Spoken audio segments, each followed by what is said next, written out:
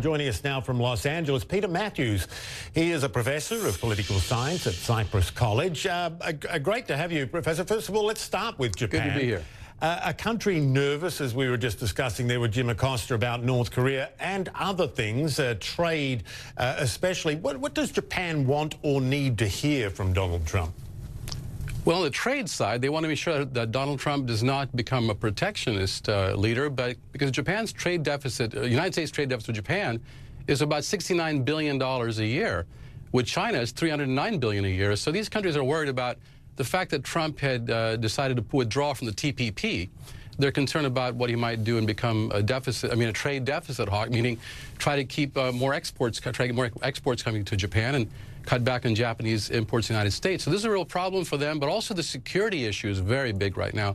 Japan, of course, is on the front line of this situation with North Korea, which is very dangerous and could go out of hand because of miscalculation.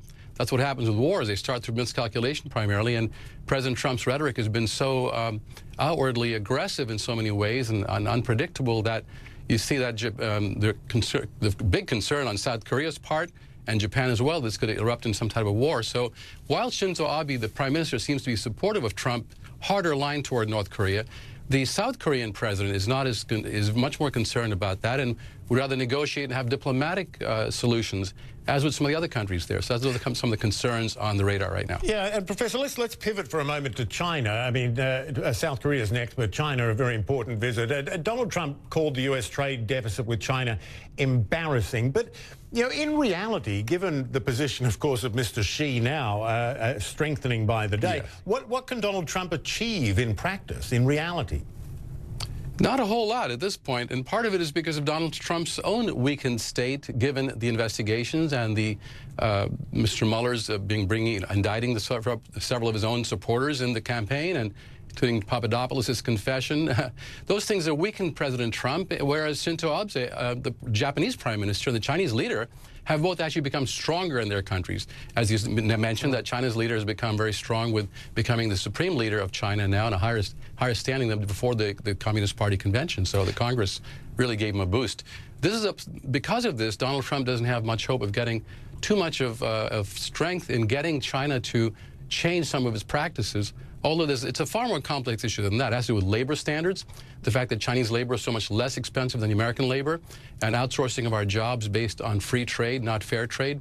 Those are some of the issues, but Trump, I'm not sure, understands it fully, and he's in a weakened position right now. And that's interesting, too. I mean, Asian nations want and indeed need America to serve. And traditionally, this has been for years, they've wanted America to be a democratic counterweight, if you like, to China. But given America's role these days, America first, disengagement on the global stage, and so on, does the U.S. have that standing anymore? And is Mr. Xi looking at the U.S. position and going, great, more me? Absolutely, you're right about that, because the U.S.'s standing has dropped under President Trump in the last year. Asian nations are looking more toward China and its strength right now, but mostly because they're deferring the fact that the U.S. hasn't taken this leading role as it did before, and a role that would actually encourage more freedom of trade, but fair trade. President Trump is America first means, you know, the rest of the world is second, basically. That's what it implies. And so far, he's been looking mostly to his base. He's trying to build up his base at home of 35% approval rating, and he caters to them in a lot of his statements. So this is a real problem for the Asian leaders who say, Mr. Trump, where is America's traditional role? You need to be more expansive in terms of understanding other countries' point of view. Use diplomacy. Don't be arrogant. Instead, work with us. All these things have to be listened to by Mr. Trump much more carefully, and hopefully he will say the right things on this trip, you know, and not do something that would, or say something that would be very provocative in the wrong way. Right. Peter Mathews, Professor of Political Science at Cypress College. Great to get your analysis. Thank you. Appreciate it. Thank you.